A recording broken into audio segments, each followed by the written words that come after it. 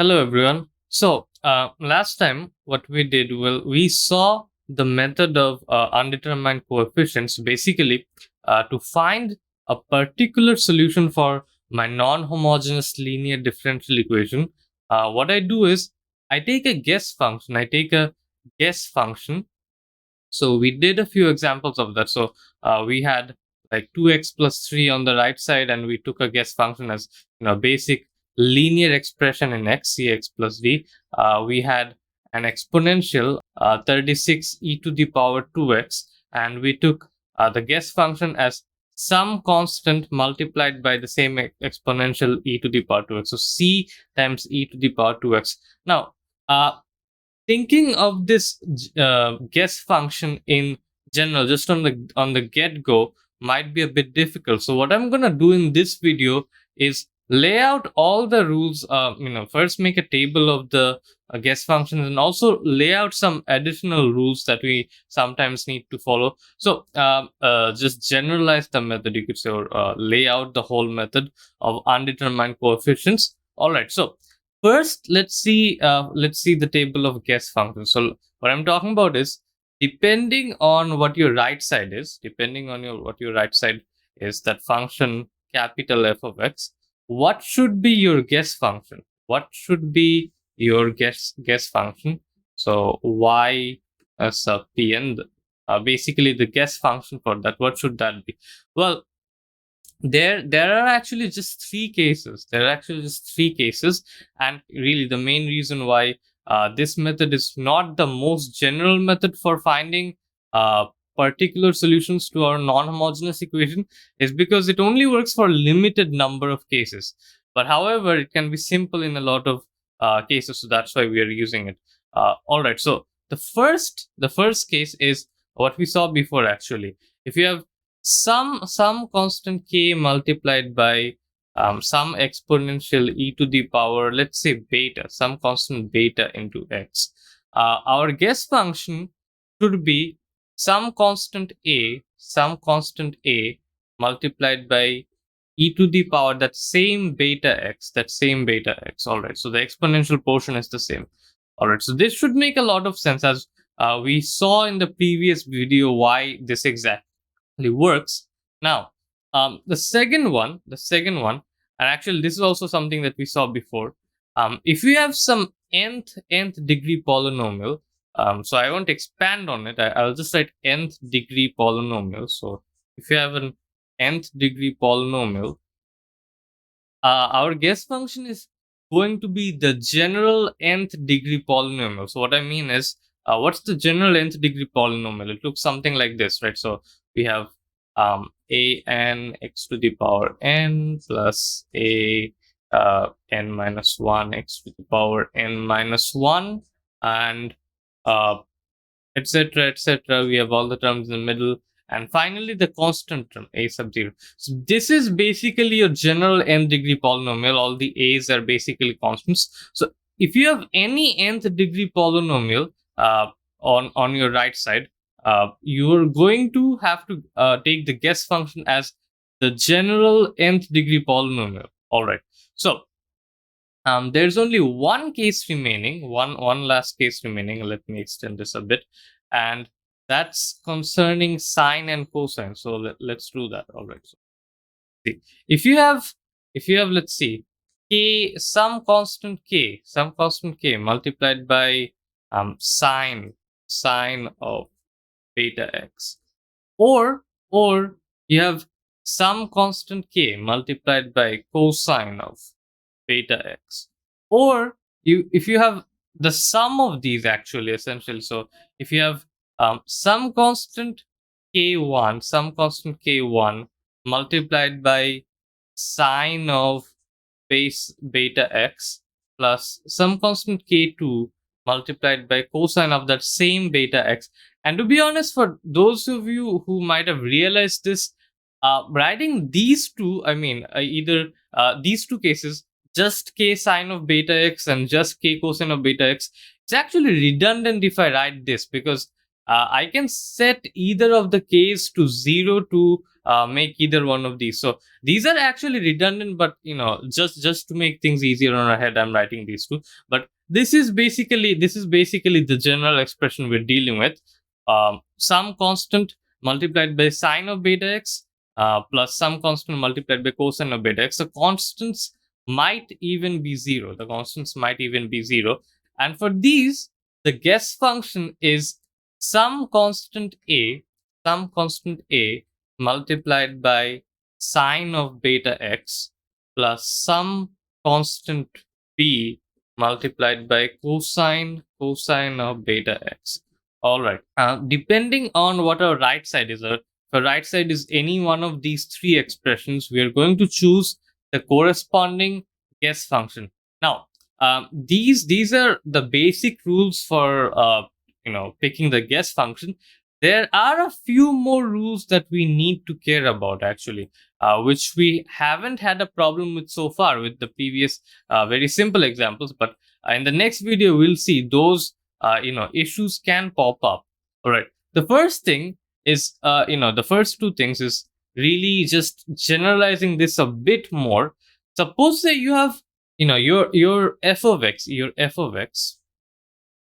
is basically and this should serve as good practice for picking the guess function too. So suppose your f of x is e to the power 6x. Let's see, 5 e to the power 6x. All right, so what's going to be your guess function?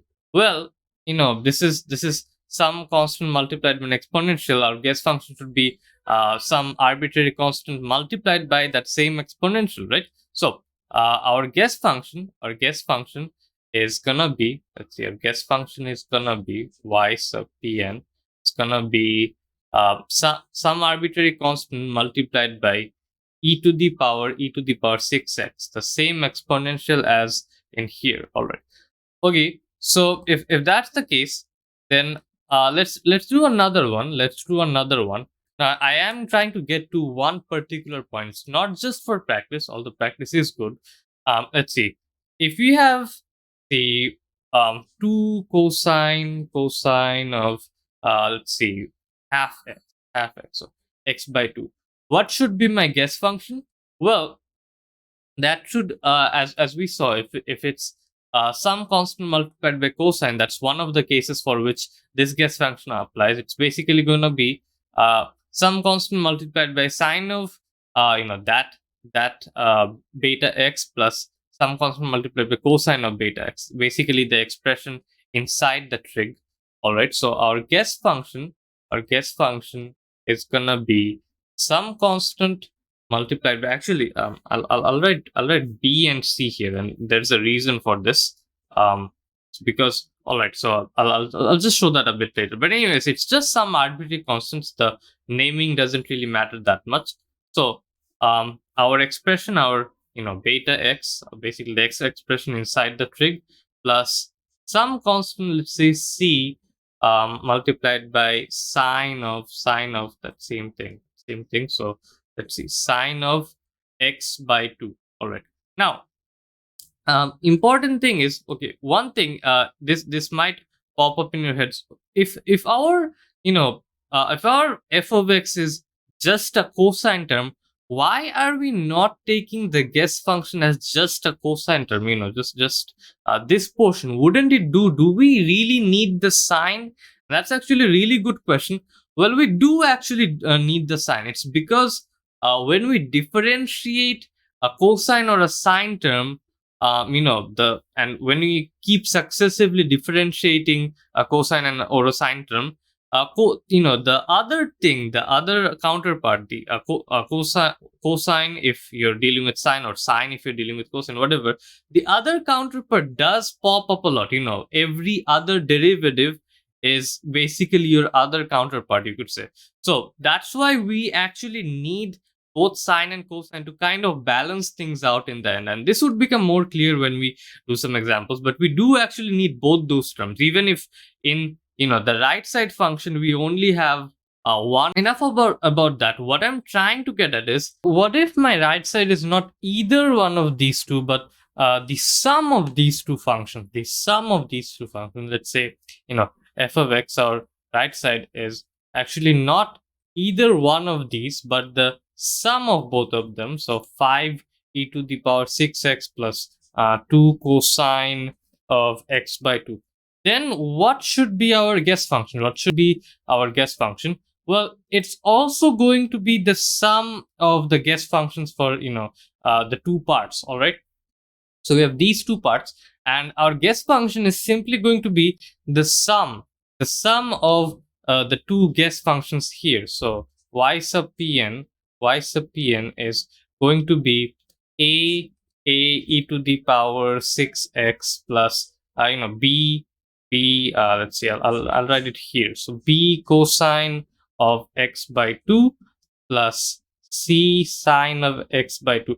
And I think this should make a bit of sense if you think about the equation itself, the differential equation. It's a linear equation. That's why you can kind of think about each of these portions operating separately or independently from each other. So this portion handles the exponential portion in our right side, and this portion would handle the trig portion. So it's okay to add them. And that's why in general, if you have a function, your right side is a sum of these functions, the sum of any two or more of these functions.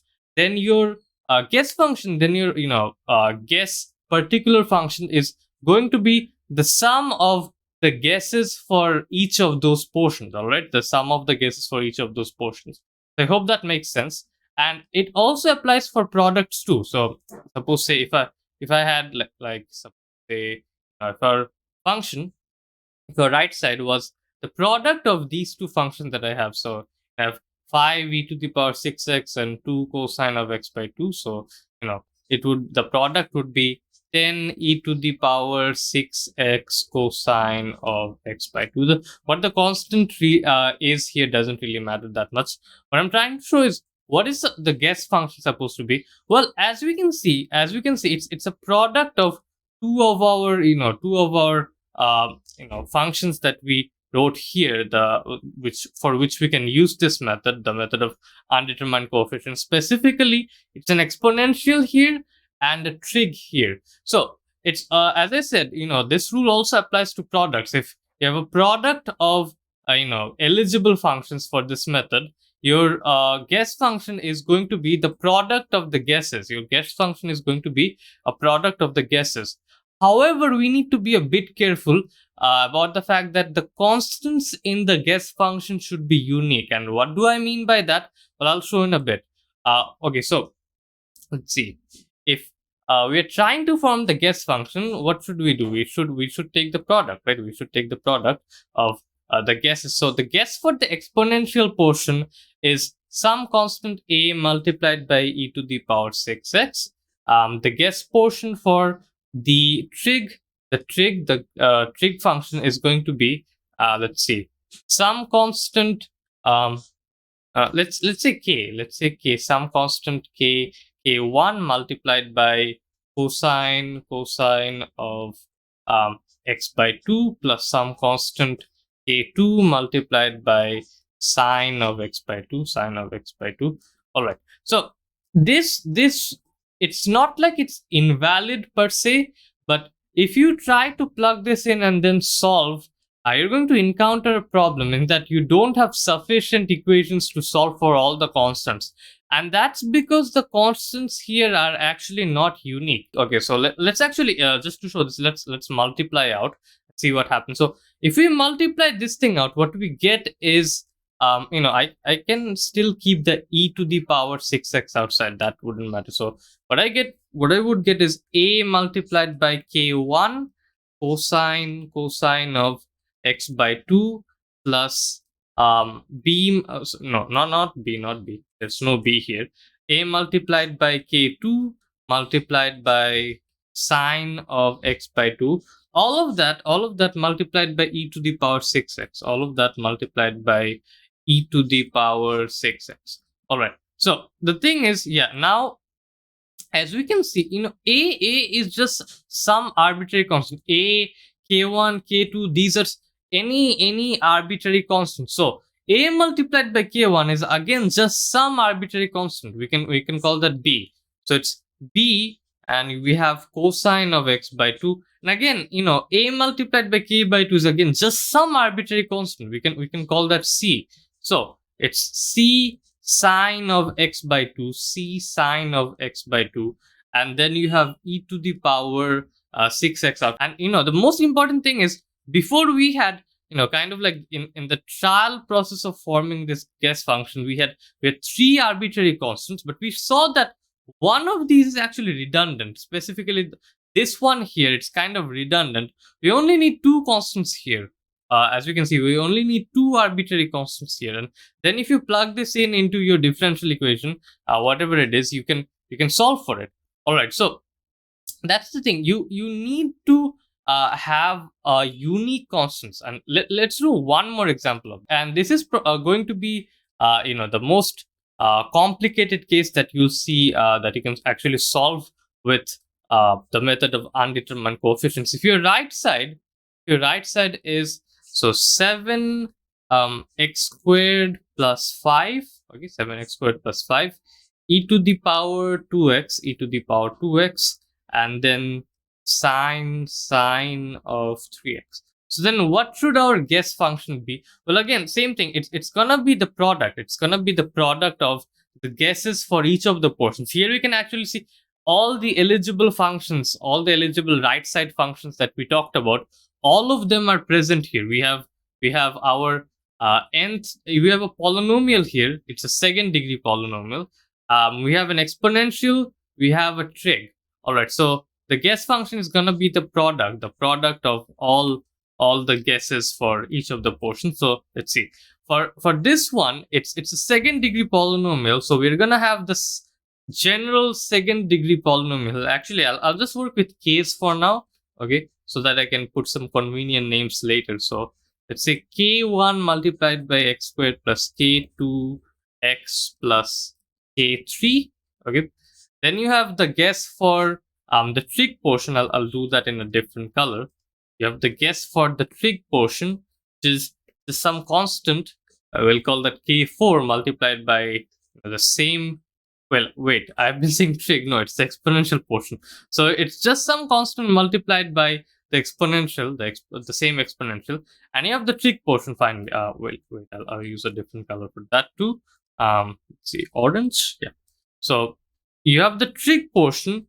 It's again gonna be some constant multiplied by sine of 3x, same as in here, plus a6 multiplied by the cosine part, the cosine of 6x. All right. Again, the issue here is that the constants, there are quite a few constants that are not unique. And, to show that, let's just multiply things out a bit. Not completely, just a bit. So let's see. If you multiply the exponential and, let's see, sine, and yeah, so what you'd have is, let's see, you have k, it's gonna be equal to k4, k5, k1 x squared plus k2 x, that looked weird, plus k3, this multiplied by sine of 3x, and this added with k4, k5 again,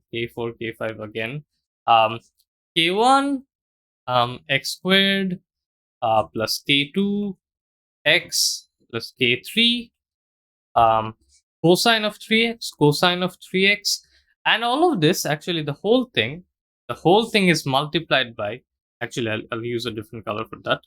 Let's see. The whole thing is multiplied by the e function, the exponential. All right, so the whole thing is multiplied by e to the power 2x, right? Yeah, e to the power 2x. All right. So now I think you can see that, k4, if we were to multiply this thing out fully, what would we get? K4, k5 into k1. Well, that's just some arbitrary constant. Same thing, k4, k5 into k2, k4, k5 into k3. All of those are just some arbitrary constant. K4, k5. Actually, it's not K4, it's not K5 here. Okay, I made a mistake here. It's actually K4, K6 here. Yeah, so it's weird. So again, same thing, K4, K6 into K1, just some arbitrary constant. Same thing with this, same thing with this. So we can actually simplify this. We can get rid of redundancies if we simplify this. So it's gonna be equal to, okay, so some arbitrary constant, it's just some constant a multiplied by x squared, some arbitrary constant b multiplied by x, plus some arbitrary constant c, and all of that multiplied by sine of 3x, all of that multiplied by sine of 3x, plus, again, those are also arbitrary constants, the other portions with the cosine. So some constant d, x squared, plus some constant e x plus some constant f multiplied by cosine of 3x, and all of this is multiplied by e to the power 2x, so I think you can hopefully get the gist of when how you need to multiply guess functions. What should you be using, how to simplify the basic product.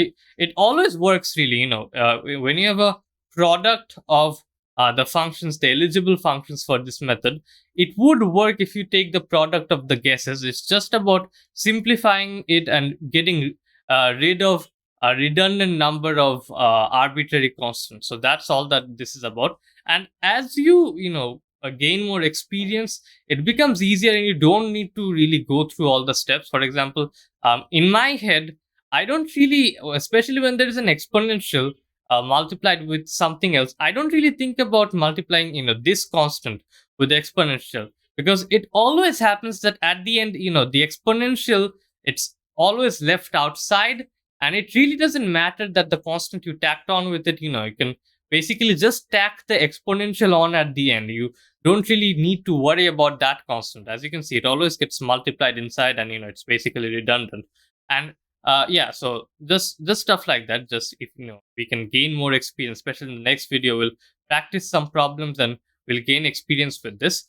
And one last thing, and this is also very important, is when we use this method, we should actually always find the homogeneous solution for it. We should always find the homogeneous solution for this. And why? Because suppose, say, your homogeneous function, your homogeneous solution, general homogeneous solution, is something like this. It's a e to the power minus x plus b e to the power 3x. And suppose, say, your right side for your non-homogeneous equation, it was something like this. It was, f of x is equal to um you know 5 e to the power 3x, 5 e to the power 3x. So now, what our natural, our instincts would tell us that our guess function for our particular solution, our particular non-homogeneous solution, should be some constant multiplied by e to the power 3x. Right? Same exponential as here, so same exponential, e to the power 3x. Now, what's the problem here? Well, the thing is, we have the same thing in the homogeneous solution. And I want you to think about this a bit. Why would we have the same thing in the homogeneous solution, and also then in, actually, let's call this c, some constant c, because I used a here, but whatever. The same thing, really. If you have the same thing in the homogeneous solution, the same thing here, when you're trying to later add the solutions, what would you get? Suppose, say, you got a value, actually you would get, when you're trying to find the value, you'd see a nonsensical math statement like 0 is equal to, let's say, 2 e to the power 3x. You would get something like this. Actually, that's what happens. So you'd understand that something is going wrong. But even without that, I'd like you to think about this. Like, suppose, say, you got a solution for this. Suppose, say, you would get some nonsensical statement. But suppose you got a solution for this, let's say 6.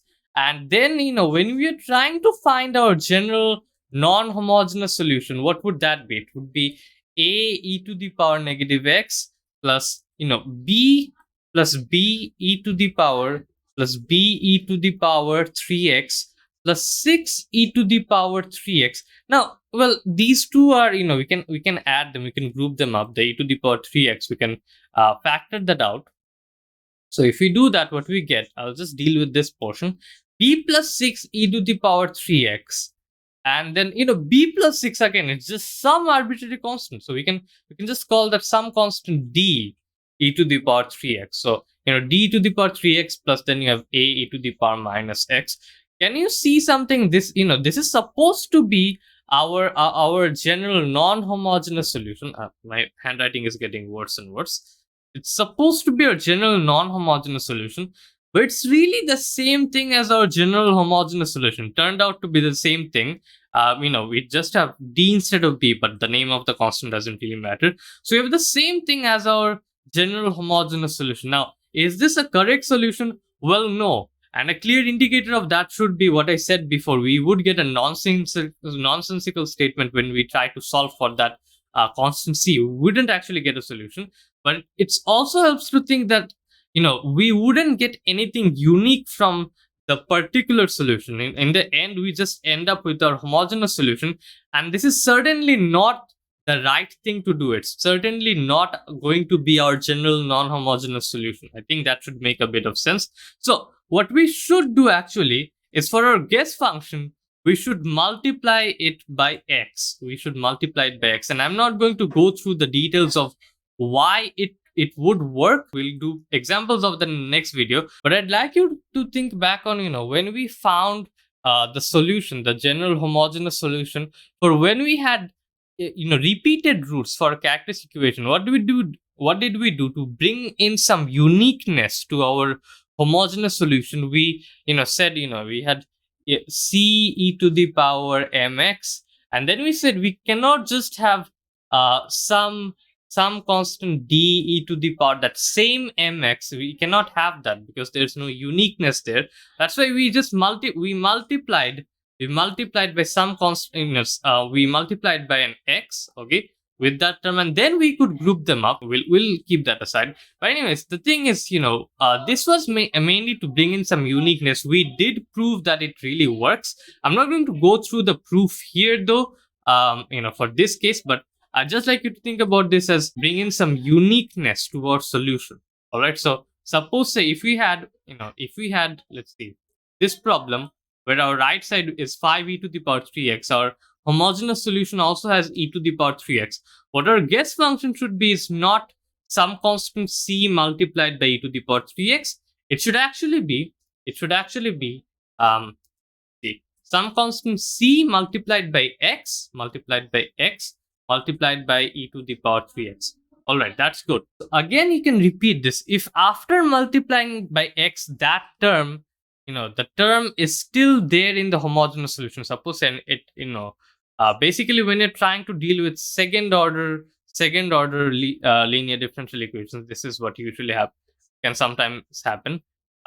If you have ax plus b, now this is what happens when you have repeated roots, e to the power, let's say 5x. Now, and if your right side is e to the power 5x, if your right side is, suppose, say 5 e to the power 5x, now what should your guess function be? Now we know it cannot be, just some constant c multiplied by e to the power 5x, as we saw, because this is really just grouped up, but it's basically just ax e to the power 5x plus b e to the power 5x. As you can see, this is already there in the homogeneous solution. You cannot pick this. So then let's try cx e to the power 5x. Well, there's again a problem. Ax e to the power 5x, it's the same thing, just a different name for the constant, but it's really the same thing. So it's in the homogeneous solution already. Again, we cannot actually pick this. So what we should do is again multiply by x. What we should do is again multiply by x. Cx squared e to the power 5x. Now, is this in our homogeneous solution? Well, no, there's actually no c, something x squared, some constant multiplied by x squared multiplied by e to the power 5x. So that's why this would be a valid guess function. This is the required guess function. All right. And in general, although we don't really encounter cases like this that often, and to be honest, we probably wouldn't prefer solving these using the method of undetermined coefficient. It gets kind of long. But if you have an nth order linear differential equation, this can happen. This can happen even more. Like you can have more repeats. Okay, so in general, and it doesn't really only apply to the e function in the exponential functions. Any function in general that's in your homogeneous solution, so suppose say y sub gh, any function, suppose say g of x, and you can have other things, but suppose that this is in your homogeneous solution, and really the same thing, it's also your guess function. It also is kind of like your primary guess. It, according to the table, it's also your primary guess. So what you should do is you should multiply by x to the power m. Now what's m here? What's the value of m? Well, it's the lowest possible integer value, such that there's no commonality between g of x and this thing. These two are, you could say, different, or kind of the formal term for that is linearly independent functions. Okay, so I think you can get the gist of it. You can, because these cx squared e to the power 5x is a different function, you could say, than either one of these x e to the power 5x or e to the power 5x. So what your goal is to multiply by x to the power something, the minimum integer, such that your guess function is actually different from any portion of your homogeneous solution. Any portion, where is it? Your guess function is different from any portion of your homogeneous solution. All right. So I think that should do, and this would become, it kind of should, I think it would appear confusing if we just think all of this in theory just now, but we'll practice a lot in the next video. So see you guys then, and if you like this video, please do leave a like, please subscribe, and I'll see you in the next video, and study smart.